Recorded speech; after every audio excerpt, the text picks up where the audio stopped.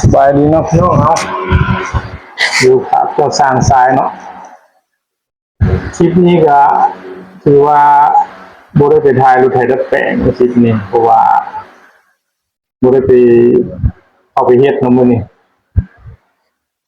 เพราะว่ามีสร้างเนาะสร้างเครื่องอยู่ค่ายสวรรค์เขตเพิ่นก็มาสั่งชุดไฮดรอลิกมันสร้างสายเนาะบอกให้สร้างสายแต่ฝากให้ด่วนก็เลยว่าได้อยู่เฮือนก็สิได้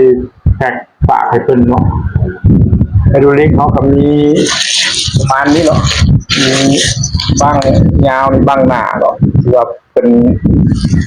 ใส่อยู่ประจำสร้างเครื่องใส่อยู่ประจำแล้วก็บั้งยกไถเนาะบั้งยกไถตัวนี้เนาะที่สร้างเครื่องเพิ่นก็ใส่ประจำ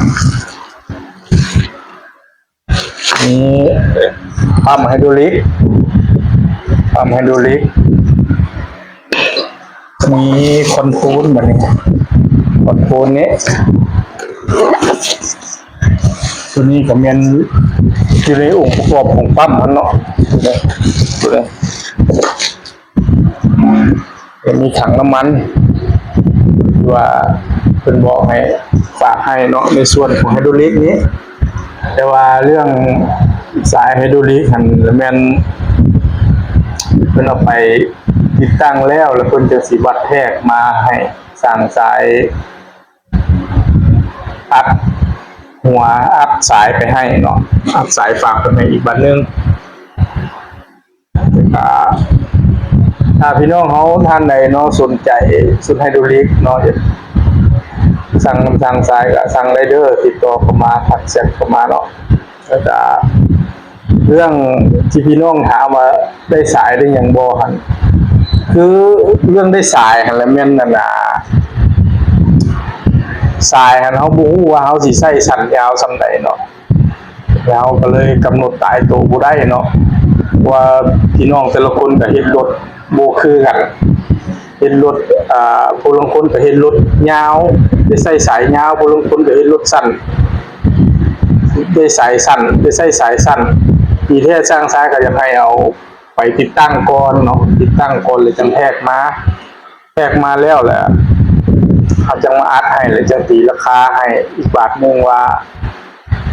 ค่าสายไฮดรอลิกเฮามันเท่าไหร่เนาะแต่ถ้าพี่น้องว่าโอ้จะได้ซ้ำเจ้าเลยก็ได้เนาะซ้ำมันที่สร้างสายเฮ็ดปัจจุบันเฮ็ดเรื่อยๆแหละก็ได้คือกันแต่พี่น้องต้องเฮ็ดรถในความยาวซ้ำกันกับรถสร้างสายหรือว่าอาจจะลื่นตัวได้หน่อยนึง5 เซนบ่จังซี่พอได้อยู่เนาะหรือลดลง5 เซนสิก็พอได้อยู่แต่ถ้าว่ายาวกว่าหลายเนาะก็บางเทื่อเอาไปใส่อัดบ่ถึงแล้วมาอัดใหม่ก็ได้เสียเงินใหม่อีกเนาะเสียเวลาพี่น้องเฮาแล้วก็เสียเงินอีกฉะนั้นแล้วอยากให้พี่น้องเฮาต้องติดตั้งพวกไฮดรอลิกอันขั้นพื้นฐานนี่แหละก่อนเนาะขั้นพื้นฐานนี่ก่อนเนี่ยไฮดรอลิกพวกนี่ก่อนเนาะอยากให้พี่น้องเฮาไปติดตั้งก่อนติดตั้งแล้วหรือจังคอยมาอัดสายเนาะอัดสายไฮดรอลิกไปใส่มันจังสิได้ตามเขาต้องการเลยก็คลิปนี้ก็ถือว่าบ่ได้ไปเห็นรถไถเนาะ 4x4 เอาเดี๋ยวนี้ว่าสิไปประกอบเฮ็ดปักกินใส่เฟืองท้ายเนาะมื้อนี้กะว่าสิไปเฮ็ดแหละแต่ว่าสร้างเครื่องมันเสร็จมาตั้งเมื่อคืนเนาะเสร็จมาเพิ่นบอกว่าจะให้สร้างสายฝากสุดไฮดรอลิกไปให้เพิ่น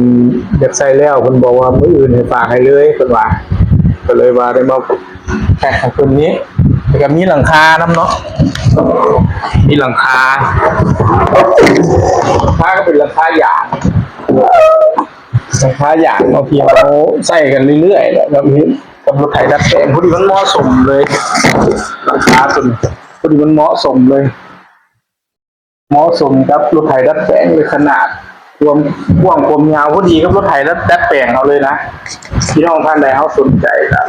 สามารถติดต่อการสายเข้ามาได้เนาะ ติดต่อกับสร้างทรายเข้ามาได้ในส่วน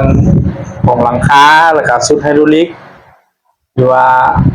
มันจำเป็นเนาะจำเป็นได้ใช้ในรถไถดัดแปลงเนาะหรือว่าหลังคานี่ก็พี่น้องเขาสามารถเฮ็ดเองก็ได้เนาะเฮ็ดเองโดยการใช้งบน้อยเอาผ้ายางมาคลุมเอาก็ได้เนาะก็ได้คือกันสิประมาณนี้